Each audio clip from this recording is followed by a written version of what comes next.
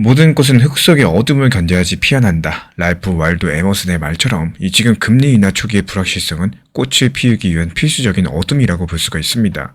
당장의 조정과 공포에 흔들리지 마세요. 우리 구독자분들이 심어둔 이 자산이라는 씨앗은요, 앞으로 다가오게 될 유동성의 봄비랑 함께 거대한 부의 숲으로 자라나게 될 겁니다.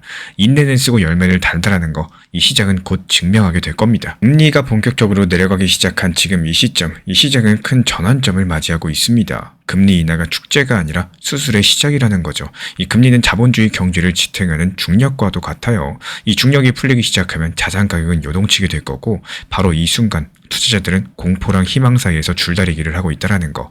지난 몇 년 동안 금리는요, 40년 만에 가장 빠르게 성장했지만 이제 긴축의 턴을 지나가지고 금리가 인하 국면으로 접어들었습니다. 시장은 전에 없었던 불확실성 속에서 다시 한번 길을 찾아야 된다는 거고, 최근까지 이어지고 있는 이 금리 인상의 여파는 이제 금리 인하의 전초전 역할을 했습니다. 과열된 경제를 식히기 위해서 강력하게 금리를 올리던 과정에서요, 이 부동산 시장 위기라거나 지방은행의 파산 같은 균열이 곳곳에 드러나기 시작을 했고, 이런 충격이 금리 인하기가 시작되는 현재의 조건을 만들게 됐습니다. 즉, 금리 인상 계산의 스트레스랑 불균형이 이제부터 해소되는 방식에 따라서 향후 자산시장 흐름이 결정이 될 거라는 거. 작년 9월이었죠. 미국 연준이 처음으로 금리를 내리면서 새로운 사이클이 시작이 됐습니다. 이런 것들을 우리는 금리 인하 초반으로 부를 수가 있는데요. 이 시기의 핵심 키워드는 불확실성입니다. 경제학자 밀턴 프리드먼이 강조했던 것처럼 이 통화정책은 길고 변동적인 시차를 두면서 경제에 영향을 미치게 됩니다. 금리를 인하했다라고 해서 곧장 경기가 살아나는 것은 아닙니다. 실제로 과거 사례를 살펴보면요, 금리 인하 사이클이 시작될 때 이미 주식시장은 고점을 지나서 하락하기 시작을 했거나 경기 침체가 진행된 후인 경우가 대부분이었습니다. 여기서 투자자들은 이 중앙은행이 금리를 내리는 이유가 인플레이션을 막으려는 건지, 아니면 경제가 망가져가지고 어쩔 수 없는 선택인지 끝없이 의구심을 품었었다라는 거예요. 이런 의구심들 때문에 금리 인하가 단행된 이후에 초기 몇 달 동안 오히려 시장의 변동성이 확대됐고 바닥을 테스트하는 모습들을 보이고는 했습니다. 금리 인하 초반에는 자산 배분에도 상당한 변화의 흐름이 생깁니다. 이제까지 현금이 왕이었었던 시장에서 이 상황이 바뀌게 될 거예요. 기준금리가 내려가면서 은행 예금금리는 즉시 하락해서 현금 자산의 매력도가 급감할 겁니다. 이럴 때 투자자들은 더 이상 자금을 은행에 묶어두려고 하지 않을 거예요. 더 높은 자본 이익을 기대할 수 있는 투자처를 찾기 시작을 할 텐데, 이 과거 사례를 봐도 금리 인하 초반에 채권 시장으로 큰 자금이 이동을 했습니다.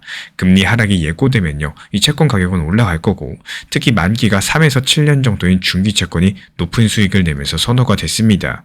반면에 단기 국채보다는 약간 길게 묵을 수 있는 채권이 유리했었죠. 그리고 주식시장의 운명은 이 시기에 갈립니다. 경기 침체로 이어지게 된다면 주식은 평균 마이너스 20% 정도 큰 폭으로 하락하는 경향이 있지만요, 연착륙에 성공한다면 오히려 플러스 15% 상승으로 전환하게 됩니다. 따라서 비슷한 시장에서도 이 기업 실적의 흐름을 면밀히 관찰하셔야 되는 거고, 경기 불안감이 커질수록 생활 필수 소비재, 헬스케어, 배당주처럼 안정적인 기업이 시장을 이끌고, 또 기술주나 성장주는 초기 변동성에 상대적으로 취약한 모습을 보여왔습니다. 실제로 2000년대 이후의 사례를 봤을 때 금리 인하가 시작되고 나서 초기에는 보수적인 종목들이 더 잘 버텨낸 반면에요, 위험자산은 조정받는 경우가 많았다라는 거. 그리고 금리 인하 중반부에 접어들면 투자 심리가 본격적인 반등에 들어갈 겁니다. 첫 번째 인하 이후에 6개월에서 12개월 정도가 지나면요, 이 저금리 효과가 실물 경제에 서서히 스며들기 시작을 할 거고, 이때부터 나쁜 뉴스조차도 사실은 추가 유동성 공급의 신호로서 해석이 돼요. 예를 들어가지고 경기 성장률이라거나 이 실업률이 부진하다라는 지표가 나와도 시장은 이럴수록 더 많은 돈이 풀릴 것이다라는 기대를 합니다. 이 글로벌 통화량 M2 증가율이 플러스로 전환되고 자산시장 전반에 화기가 돌기 시작을 할 거예요. 국채랑 우량 회사채로 몰렸던 자금들은 하이힐드 채권과 주식 등으로 이동을 하게 될 겁니다. 이 채권 수익률을 찾아다니던 자금들은 더 높은 이득을 쫓아서 움직일 거고요. 신용 스프레드는 축소가 될 겁니다. 기업의 실적 전망은 바닥을 찍고 반등하기 시작하면서 펀더멘털이 주가 상승을 뒷받침하게 될 겁니다. 이 결국에 성장주, 기술주, 중소형주가 시장을 주도하기 시작을 할 거고요. 특히나 인공지능, 데이터 센터, 여러가지 구조적인 성장 테마를 가진 기업들은 저금리 환경에서 대규모 투자를 감행하면서 이 강력한 모멘텀을 형성하겠죠. 이런 시점에서 위험자산의 투자 매력이 눈에 띄게 커질 거라는 거. 하지만 유동성이 넘쳐나는 후기 단계에서는요, 또 다른 과열 조짐이 나타나게 될 겁니다. 너무 많은 돈이 풀린 나머지 경기는 완전 고용 수준을 넘어설 수가 있겠고, 자산가격 버블의 그림자도 짙어지게 될 겁니다. 여기서 풍부한 유동성들은 실물자산이랑 금융자산의 가격을 모두 밀어 올리겠지만요, 결국에 인플레이션 부담을 되살리는 부작용을 낳게 될 겁니다. 에너지나 구리 같은 원자재 수요는 급격하게 증가하면서 가격을 끌어올리게 될 거고, 이 원자재를 인플레이션 해지 수단으로 매력 있게 만드는 요인입니다. 주식시장에서도 낙관론이 극대화되면서 밸류에이션 부담이 높아지겠죠. 이 경기 민감주, 에너지 섹터가 강세를 보이겠지만 스마트머니는 이런 시점부터 은근히 차익 실현을 준비하게 될 겁니다. 결국에 중앙은행은 다시 긴축의 시사점을 내놓거나 금리 인상을 제고하기 시작을 하겠죠. 여기서 현명하신 분들이라면은 이때부터 위험자산 비중을 줄이시고 다음 사이클을 대비해서 현금성 자산을 늘리는 전략들 고민해 주셔야 됩니다. 지금까지 살펴본 금리 사이클 틀 위에서 비트코인의 위치를 보자면요. 현재 금리 인하의 초반 국면으로서 경기 전망의 불확실성들이 비트코인 가격의 하방 압력을 가하는 한편 이 미래의 유동성 폭증을 예고하는 이중적인 시기입니다. 여기서 비트코인의 핵심적인 매력은 글로벌 유동성에 민감한 바로미터라는 점인데요. 역사적으로 봤을 때 비트코인 가격은 광의 통화, M2의 변동과 상당히 강력한 상관관계를 보여왔었고 놀랍게도 비트코인과 글로벌 M2의 상관계수는 90%를 훌쩍 넘을 정도인데요. 이게 바로 비트코인이 단순한 기술주가 아니라 이 화폐 가치 하락에 대한 해지 수단으로서 작동하는 것들을 의미를 하고 있고 금리가 내려가면 시중 통화량은 늘어날 거고요. 화폐 가치는 상대적으로 떨어지겠죠. 이 고정된 2100만 개 한정 공급량을 가진 비트코인은 늘어난 유동성에 따라서 가격이 재평가될 겁니다. 지금 현재 시점에서의 장세는 과거 2019년 금리 인하 사이클과도 상당히 흡사한 궤적을 그리고 있는데요. 이 두 경우에 모두 긴축이 종료되고 나서 일정 기간 횡보하면서 누적된 충격을 흡수했었죠. 2019년 당시의 첫 번째 금리 인하 이후에 이 비트코인이 즉각적인 폭등하진 않았습니다. 오히려 초기에는 경기 둔화 우려에 따른 위험자산 회피 심리로 잠깐 조정을 겪었었는데요. 이번에도 비슷할 전망이라는 거. 이 금리 인하가 공식화된 2024년 9월부터 약 6개월 정도는요. 아직까지 침체 공포가 유동성 기대를 압도하는 구간이 될 수가 있겠습니다. 다만 여기서 중요한 점은 이런 조정기가 거대한 상승장을 앞둔 마지막 매수 기회라는 사실입니다. 2019년의 데자뷰처럼 이 진짜 상승 랠리는 6개월 넘게 누적된 유동성들이 자산 가격에 반영되기 시작하는 시점에 찾아오겠죠. 현재의 경험은요. 이 내년 상반기 이후에 본격적인 상승기를 예고하고 있다는 거. 하지만 이런 환경에서 비트코인 투자자는 과연 어떻게 행동을 해야 될까요? 이 최선의 전략은 전략적 분할 매수랑 인내심입니다. 단기적으로 봤을 때 고용지표 악화라거나 이 기업 실적 우려로 인해 가지고 경기 침체 공포가 반복될 수는 있습니다. 이때 비트코인 가격도 주식시장에서 조정과 같이 급락할 수도 있겠죠. 시장이 극심한 공포에 휩싸일 때 오히려 매수 기회를 찾을 줄 아셔야 되는 거고 예를 들어 가지고 실업률, 이 소비자 물가지수 같은 주요 매크로 지표 발표 전후의 변동성들을 활용하시면서 저점을 잡아나가는 전략이 유효합니다. 특히나 공포 탐욕 지수에서 극단적인 공포 신호가 나왔을 때 이때가 매수 적기라고 말씀을 드려요. 이런 과정에서 레버리지는 대폭 줄여줘야 됩니다. 변동성이 극단으로 치달을 수 있기 때문에 이 선물 투자라거나 마진 거래 이건보다는 현물 위주로 현물 매매 투자를 통해서 강제 청산 위험을 제거하셔야지 다음 상승장까지가 버틸 수 있어요. 중장기적으로 봤을 때 이 유동성 파도를 타는 전략을 취할 줄 아셔야 됩니다. 2025년 2분기부터 미국 연준의 금리 인하가 누적되고 글로벌 M2 증가세가 뚜렷해지는 시점이죠. 이때는 기관 투자자들이 비트코인 현물 ETF를 통해서 본격적으로 자금을 투입해 올 겁니다. 이 상승 추세가 확인이 되면요. 성급한 차익 실현보다는 버티기를 이어나가는 것들이 유리하고요. 비트코인 상승세가 한풀 꺾이고 또 도미넌스가 감소하는 시점에서는 이더리움을 비롯한 주요 알트코인으로 시각을 넓히는 것도 상당히 고려하셔야 됩니다.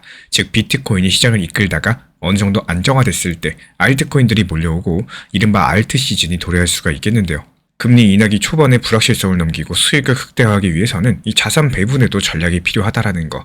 예를 들어 가지고 채권은 포트폴리오의 30에서 40%를 할당하는 것이 좋습니다.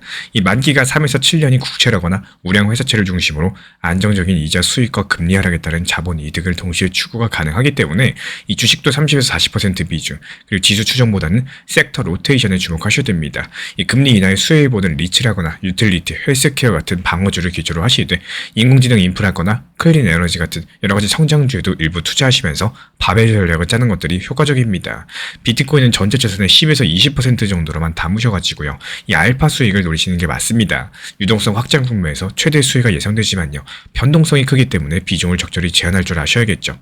마지막으로 현금은 약 10% 정도 유지해두고 예상하지 못한 급락 시에 저가 매수 기회로 활용하시는 것들을 추천을 드려요. 제갈량이 유비한테 천하를 얻기 위한 로드맵으로 제시한 천하 3분지기가 떠오릅니다. 먼저 형주, 채권을 얻어가지고 기반을 다지고 힘을 기른 뒤에 익주, 이 비트코인을 취해서 천하를 도모하라는 전략이었죠. 지금 타이밍에서는요, 이 가치가 떨어지는 현금을 버리고 형주로 이동해서 전열을 정비하실 타이밍입니다. 급하게 서두르지 말고 이 순서대로 자금의 진지를 옮기신다면은 유동성의 바람이 불어올 때 비트코인이라는 가장 비옥한 땅을 차지하고 또 자산시장의 승자가 되실 거예요.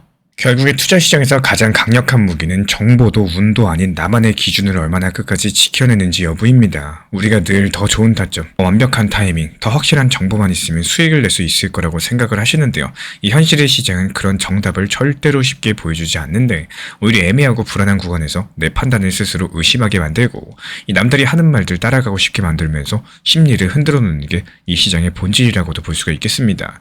그래서 문제가 되는 게 뭐냐? 이 시장이 아니라 그 상황 속에서 나 자신을 얼마나 믿고 내가 세워둔 기준을 얼마나 지켜내느냐에 달려있다라고 생각을 하게 됩니다. 만약에 단기 종목을 운영해보고 싶다라는 생각을 할 때 굳이 무리해서 여러 종목을 뽑기 하듯이 뽑는 게 아니라요. 어느 정도 상황이 좋고 타점이 괜찮다라고 판단된 단기 타점의 하나 종목을 공략하는 것도 좋은 방법입니다.